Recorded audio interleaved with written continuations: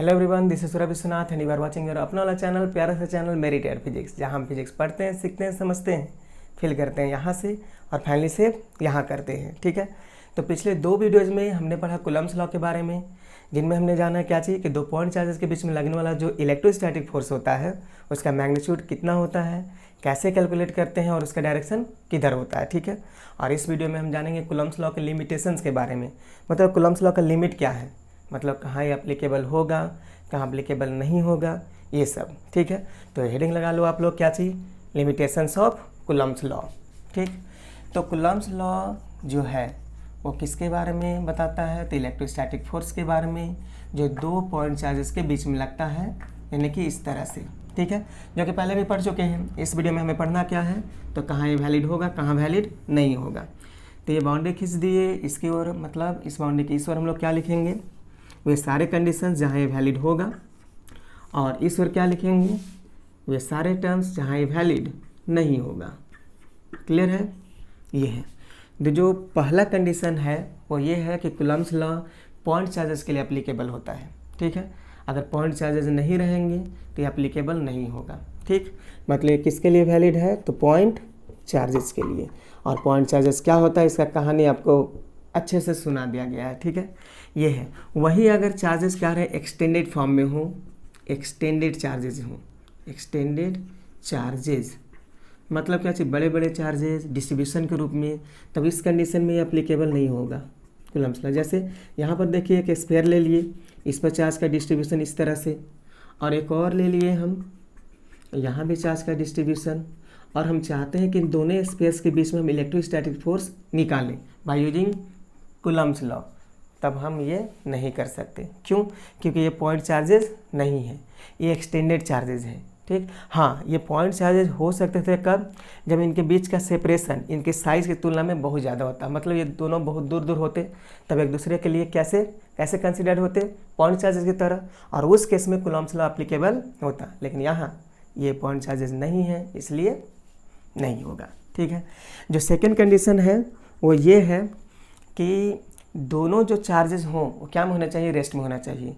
ठीक, तब ये वैलिड होगा, और जब दोनों मोशन में होंगे तो वैलिड नहीं होगा।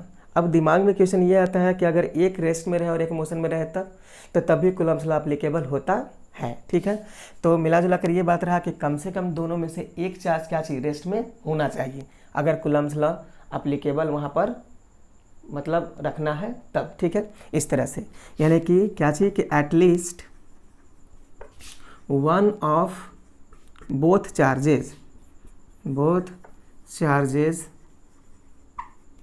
Should be at rest. दोनों रेस्ट में हो, बहुत अच्छा बात है, एप्लीकेबल होगा, लेकिन कम से कम दोनों में से एक को रेस्ट में होना होगा। वहीं अगर दोनों चार्जेस क्या रहे हैं, क्या चाहिए, when both the charges are in motion, अगर दोनों के दोनों क्या में हों, मोशन में हों, तब ये वैलिड नहीं होगा। आप पूछेंगे क्यों नहीं होगा, तो जब चार्ज मोशन में आता है तो कहानी इसका बदल जाता है, क्योंकि वहाँ पर मैग्नेटिक इफेक्ट का केस आ जाता है। आने वाले समय में पढ़ेंगे, फिलहाल आपको याद रखना है कि अगर दोनों चार्ज रेस्ट में हैं तो कूलम्ब्स लॉ वैलिड होगा, कम से कम एक रेस्ट में है एक मोशन में है तब भी होगा। ठीक है, लेकिन अगर दोनों के दोनों मोशन में है तब कूलम्ब्स लॉ एप्लीकेबल नहीं होगा। जो तीसरा केस है वो क्या है, हम लोग जानेंगे कहाँ एप्लीकेबल नहीं होगा, पहले ये कहाँ वैलिड नहीं होगा।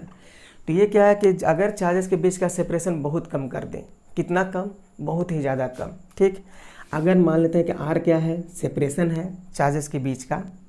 ठीक, तो ये अगर 10⁻⁻15 मीटर से, जो कि आपको अच्छे से पता है क्या है, न्यूक्लियस का रेडियस है 1 फेम्टोमीटर या 1 फर्मीमीटर, 10⁻⁻15 मीटर को बोलते हैं। ठीक है, अगर इससे लेस रहा, कम रहा, तब इस केस में क्या होता है कि यहाँ पर न्यूक्लियर फोर्स जो कि स्ट्रॉन्ग होता है, स्ट्रॉन्ग न्यूक्लियर फोर्स इसको बोलते हैं, और स्ट्रॉन्गेस्ट है भी। ठीक है, वो डोमिनेट कर जाता है इलेक्ट्रोस्टैटिक फोर्स पर। ठीक है, तो इतना से कम ना हो सेपरेशन, ये बात को याद रखना है। अगर इतना से कम है तो वहाँ पर कूलम्ब्स लॉ अप्लाई नहीं हो सकता। ठीक, तब तो कहाँ अप्लाई होगा, तो ये आर ग्रेटर होना चाहिए 10⁻⁻15 मीटर से, जहाँ पर आर क्या है, सेपरेशन, याद रखेंगे। अब आप पूछेंगे कि ये जो आर कह रहे हैं सर, तो बताइए कि ये मैक्सिमम वैल्यू इसका कितना हो सकता है, तो ये मैक्सिमम अभी क्वेश्चन मार्क है। क्यों, क्योंकि ये डिपेंड करता है चार्ज के इलेक्ट्रिक फील्ड पर, चार्ज एक इलेक्ट्रिक फील्ड क्रिएट करता है अपने चारों ओर उस पर, और वो इलेक्ट्रिक फील्ड डिपेंड करता है चार्ज के मैग्नीट्यूड पर, ठीक है। तो जितना ज़्यादा मैग्नीट्यूड रहेगा उतना ही इलेक्ट्रिक फील्ड रहेगा, उतना ही वो एक्सटेंडेड रहेगा, ठीक। तो उस केस में ये जो डिस्टेंस है बढ़ते जाता है, ठीक है, इन्फाइनाइट पर जाकर 0 हो जाता है, ऐसा बहुत सारे बुक में लिखा हुआ है, ठीक। हाँ, तो ये क्या है, तो फिलहाल अभी आप तो पढ़े नहीं हैं कि इलेक्ट्रिक फील्ड क्या होता है, तो ये अभी फ़िलहाल आपके लिए क्या है क्वेश्चन मार्क, लेकिन फ़िलहाल याद रखेंगे कि क्या चीज़ कि ये कहाँ अप्लीकेबल नहीं होगा, तो जब डिस्टेंस 10⁻⁻15 मीटर से लेस हो, दो चार्जेस के बीच के डिस्टेंस, ठीक ना। तो क्लियर है, ये समझ में आ गया। ये मेजर कंडीशन है जहाँ अप्लीकेबल होगा और अप्लीकेबल नहीं होगा, ठीक। तो आशा करते हैं समझ में आ गया होगा, ठीक। तो अगला वीडियो और भी इम्पोर्टेंट होने वाला है, क्योंकि हम पहले कंपैरिजन किए थे एक चार्ज और मास के बीच में, याद है, हाँ, ठीक है। तो अगर हम चार्ज और मास के बीच में कंपैरिजन किए हैं, तो चार्ज के कारण जो फोर्स आया जिसको आप इलेक्ट्रोस्टैटिक फोर्स बोले, और मास के कारण फोर्स था ग्रेविटेशनल फोर्स, नहीं, तो इन फोर्सेस में कंपैरिजन करेंगे ना, तो हाँ कंपैरिजन करेंगे, डिफरेंसेस जानेंगे उसके कि दोनों फोर्सेस में मास के कारण जो फोर्स है, चार्ज के कारण जो फोर्स है, इन दोनों फोर्सेस में डिफरेंसेस क्या है, सिमिलरिटी क्या है, ये जानेंगे अगले वीडियो में, ठीक है। Thank you.